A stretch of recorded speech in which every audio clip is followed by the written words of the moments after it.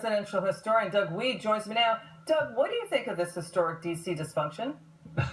Yeah, I hear you. That's quite a litany, quite a portrayal there. The only thing I would add, Liz, is this. It ain't over till it's over. And it's true, George H.W. Bush was fast out of the gate, but he wasn't even reelected. And Bill Clinton was fast out of the gate, but he was impeached. And George W. Bush, yes, he had some of these early victories, but he left office with the lowest approval rating of any president in American history. But they got stuff done. Wait, hang on. But they got stuff done in the first year.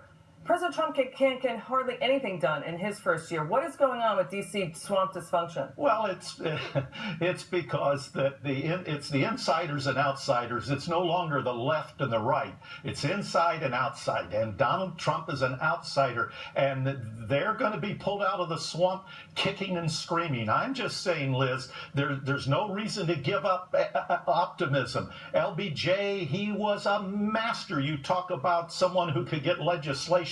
He was maybe the most qualified person to ever be president, had a fantastic first 100 days, but when he left office, there were tanks in the streets, the country was divided, so it isn't over till it's over. I've seen Trump, I've seen examples. The VA is an example. That's turned around. They're not dying there anymore, and the job's coming back. I haven't given up on Trump. Okay. President Trump called out Nevada Republican Senator Dean Heller at the White House lunch today. Let's take a listen.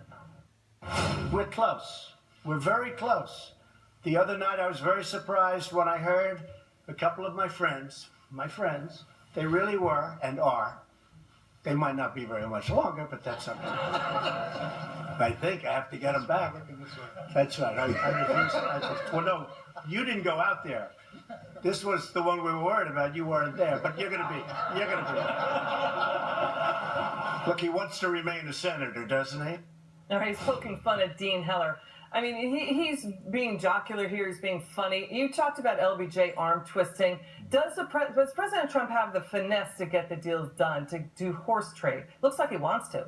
I think so, and I think he's not as clumsy as people suspect he is. I don't think he was just lucky that he got elected president. The way this is going, it looks like the Democrats blame the Republicans blame the Democrat, and if that goes on, Trump's going to land on his feet. People are going to say he wanted to do it, the establishment wouldn't do it. So I think he's crazy like a fox here, and he might still be able to put something together. But the D.C. swamp, they hate him. They can't stand him. He has thrown the verbal equivalent of lit sticks of dynamite at people, and they don't forget it. It's like a blood feud going on, these grudges that people are holding on to. Let's bring up Chuck Schumer right now. The president also calling out Chuck Schumer today for saying that, again, that people are going to die under GOP health reform. There's no indication of that. Chuck Schumer is saying that. Let's listen.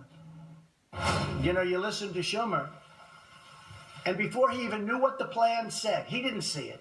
Most of the people in this room never saw it. And he was saying, death, everyone's going to die, death, death, death. That's the only thing they're good at. And this is a great plan. This isn't just a good plan. This is far better than Obamacare and more generous than Obamacare. I mean, that's just cheap shot politics, right, Doug? Because they said Hillary Care was going to kill millions. And even Senator Bernie Sanders is now saying that Trump wants millions to suffer. Let's take a listen to what Bernie Sanders said. It is beyond comprehension that you have a president who basically wants millions of people to suffer, so he thinks that he can win some political points. Doug, what do you think? Yeah, that's really sad. I mean, we got to love each other. This is getting kind of ridiculous. Nobody wants people to suffer. And you know who the biggest opponent was to Obamacare in the last days of the election? It was Barack Obama, who called up to Brooklyn and told Hillary Clinton before the second presidential debate, the rates are going to go up on November 1st in Arizona. You could lose that swing state. You've got to attack Obamacare. She wouldn't do it. She says, I'm afraid I'd lose some of my base. Your base. So they had Bill Clinton do it. He called it this crazy thing and described Doug, Obamacare. the history is in the works right now because what the Democrats, for the first time in the history of the country, a majority of Democrats in the House want single payer. They want Medicare for all. I mean, that's what Elizabeth Warren and Bernie Sanders said. You bring up the VA before. The VA Inspector General said more than 300,000 vets could have maybe have died waiting for care because they found their records stalled in the system and they passed away. That's single payer for you, right, Doug? That's right. I know. But we're all going to die, Liz. The question is, are we better off with something or without something? And the Republicans and Democrats have got to come together to get something done, or I think they're both going to get blamed. All right. Doug, we're going to move on to the next topic.